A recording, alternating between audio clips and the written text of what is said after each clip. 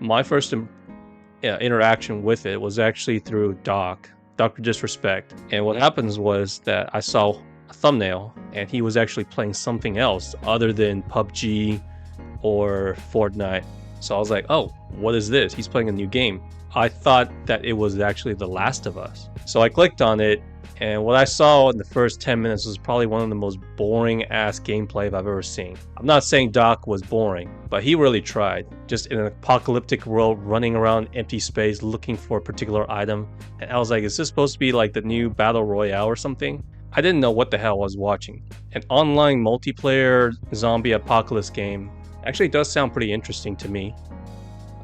It's a little bit different from the whole battle royale scenario that you get with PUBG and Fortnite and stuff, right? Fight off like a horde of zombies. 28 days later, those are the zombies that I'm talking about. Again, that's what I assumed. Instead, when I saw Doc play, he was literally running around an empty building. After about 10, maybe 15 minutes of watching him, I basically just said, I hope he doesn't stream this for like 6 to 8 hours, because that would be boring as hell. He actually did stream for like 5-6 hours of that game. From what I've seen on Reddit and the many commentary videos that I've saw on it, was that the developer made an unplayable game. It was very boring, and basically, I guess you can say they took the money and ran off. So maybe they hoarded the money, pay off whatever debt they have, and then went bankrupt. It's never good to bash on someone when they're down. I can't say that they didn't deserve it, but at the same time, you never want to hear news like that. And I think that speaks volume of what the current industry is, because this reminds me of so much of No Man's Sky and Cyberpunk 2077 when they first launched, right? But unlike those two, they actually had the money to bounce back and finish their game and polish their game to a better state. This one basically just went bankrupt within like 3 to 4 days. And that's really sad. The day before was marketed as a single-player survival zombie game, but they dropped it, branding as a multiplayer PvP game. See, oh really? I didn't know that. I just knew that the game was utter crap. I was so confused when I saw the gameplay, because I was like, well, it looks somewhat pretty. It's almost as if The Last of Us, Naughty Dog, decided to take their asset and turn it into open world multiplayer games. When Doc played it, I assumed it'd be another PUBG. Yet when I saw it was probably one of the most boring crap I've ever seen. And that's not even, people reported glitches and crashes their computer.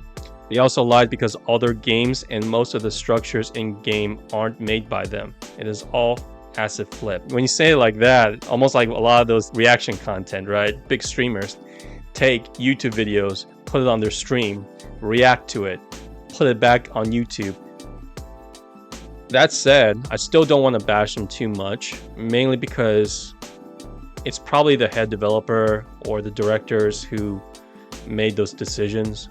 I'm thinking about the people who work under them, right? Maybe just the basic graphic designers, the ones who are testing bugs and stuff. Just the regular people. They had no shares in the company, no say in anything. They just do the work. They'll be out of the job, unfortunately. None of this is a good feeling. I mean, a lot of gamers got ripped off as well, right? They deserve to go bankrupt.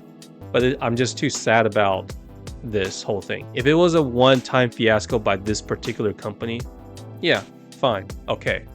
But I'm sure there are many more companies that are doing this right now, or will be doing this later.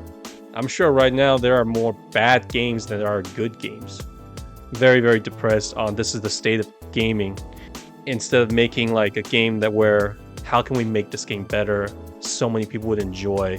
I mean, Mario 64, Ocarina of Time, Final Fantasy VII, all these classic games that have shaped so many people's childhood. I'm sure every one of us who are gamers here have one or two particular games that really stood out. But to see as time continue on, it's more of that parasitic mindset of how can we make as much money as possible while putting as little amount of effort as possible into a game. And it's really sad. They have a really good marketing team behind the game. I've heard about this game since 2016. Oh, wow, that long ago, huh? Another big hype train, huh? Anyways, this has been a fun stream. I had a lot of fun tonight. I was a little bit worried, but this is what happens. If more people, the merrier. I'm having loads of fun. Again, thanks for tuning in to my stream. And those who are watching, hopefully you guys can join me again next time. And hopefully you guys aren't too shy. Feel free to join in on the chat.